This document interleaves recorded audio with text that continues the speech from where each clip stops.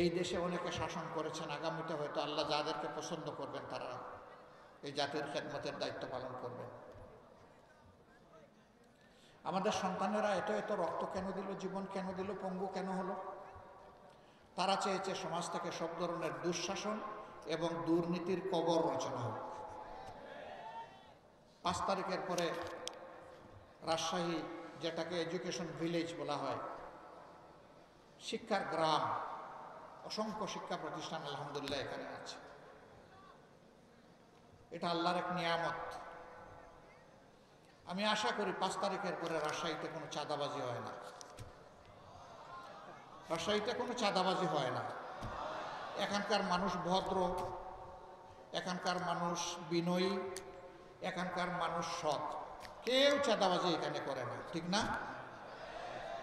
এখানেও চাঁদাবাজি হয়, এখানেও ফুটপাত দখল হয়, হাট বাজার, বালুমহাল, জলমহাল, বিভিন্ন যানবাহনের স্ট্যান্ড, সবগুলাতে দখলদারি হয়। তাহলে আমাদের এই শহীদদের রক্তের প্রতি এইটা কি ভালোবাসা? এটা কি সম্মান? এই কাজ যারা করেন বিনয়ের সাথে তাদেরকে অনুরোধ করে এই কাজটা ছেড়ে দেন, মেহরবানি করে এই কাজটা করবেন না।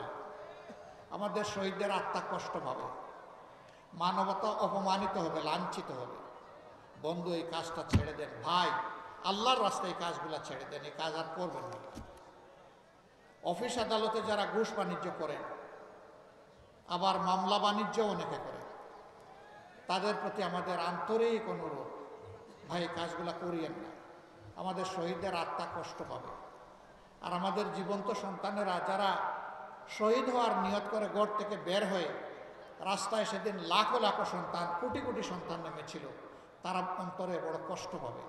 তাদেরকে কষ্ট দেবেন না মেহেরবানি। তবে যদি আমাদের এই বিনয়ী অনুরোধ কেউ না মানে, তাহলে তাদের জেনে রাখা উচিত যুদ্ধ আমাদের শেষ হয়নি। আমাদের সন্তানেরা স্লোগান দিচ্ছে এখনো, আবু সাইদ মুগ্ধ, শেষ হয়নি যুদ্ধ। আপনারা আমার সাথে বলবেন, আবু সাইদ মুগ্ধ, এই লড়াই চলবে ইনশাআল্লাহ। কতক্ষণ? যতক্ষণ না ইনসাফ এই জমিনে কায়েম হয়।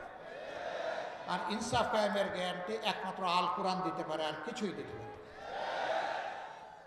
এই কোরআনিক শাসন সকল ধর্মের, সকল দলের, সকল বর্ণের মানুষের জন্য একমাত্র ইজ্জতের গ্যারান্টি।